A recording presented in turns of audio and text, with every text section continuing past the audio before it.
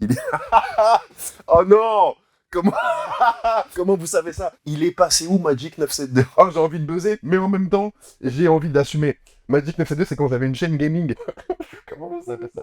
Il est toujours là au fond de mon cœur. Ouh!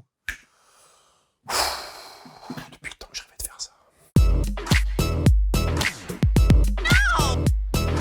Comment on passe de l'envie d'être trader à humoriste? Oh, vous êtes renseigné sur des trucs.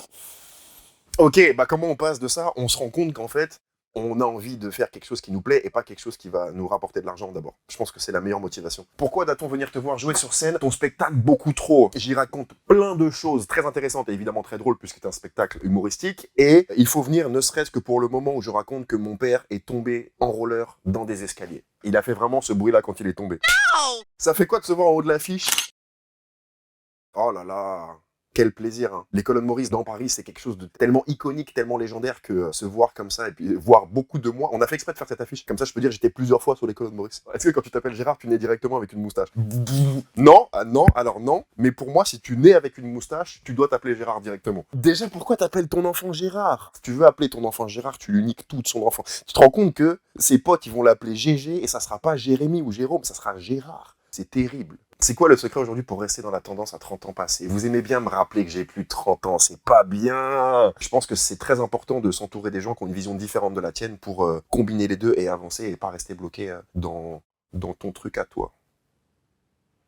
C'était comment de s'entraîner avec les forces spéciales? C'était fou. En fait, pour Cœur Noir, j'ai fait 3 mois d'entraînement avec un de mes meilleurs amis qui est coach sportif, où j'ai pris genre 10 kilos de muscles. Là, j'ai encore un peu, mais j'ai un peu perdu. Et s'entraîner avec les forces spéciales, c'était incroyable. Autant au niveau technique, apprentissage des déplacements, des maniements d'armes, des trucs, etc. Autant au niveau psychologique, où on apprend ce que c'est que l'esprit force spéciale. Ils nous ont beaucoup parlé de ça. Et c'était fou. On a rencontré des gens exceptionnels qui ont vécu des histoires extraordinaires. On peut évidemment pas en parler, mais c'est des super-héros qui n'ont pas de cape juste. Mais ils ont des beaux uniformes, en tout cas.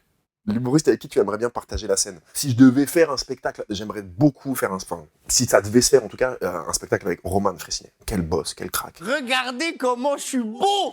C'est abusé! C'est pour moi un des mecs les plus forts en France, si ce n'est le mec le plus fort en France aujourd'hui. En vrai, tu t'étais déjà fait menacer par un mec tout nu. Cette histoire, elle est à moitié vraie parce que c'est un combiné de plusieurs histoires. Mais il y a un mec à Walp qui est arrivé, qui m'a dit un truc incompréhensible. Ouais, gars, ouais. Peut-être que pour lui, ça voulait dire un truc. Moi, je l'ai interprété comme ne reste pas face à cet homme. Souviens-toi de tes cours d'athlétisme. Et cours. Et va-t'en. Ça aide l'humour pour séduire? Bah oui, parce que c'est toujours agréable de faire rire. Après, il y a séduire et séduire. Séduire dans le sens romance. Forcément, ça aide, mais séduire aussi. Les gens ont fait un métier où on doit séduire les gens, séduire des directeurs de casting, séduire des réals et tout. Donc oui, ça aide, évidemment. La salle dans laquelle tu rêverais de jouer? L'Olympia, évidemment, parce qu'avoir les lettres rouges sur l'aventure, évidemment que ça fait rêver. Mais moi, j'ai un petit crush sur la cigale. Je vais lui faire quelques blagues pour la séduire, je pense.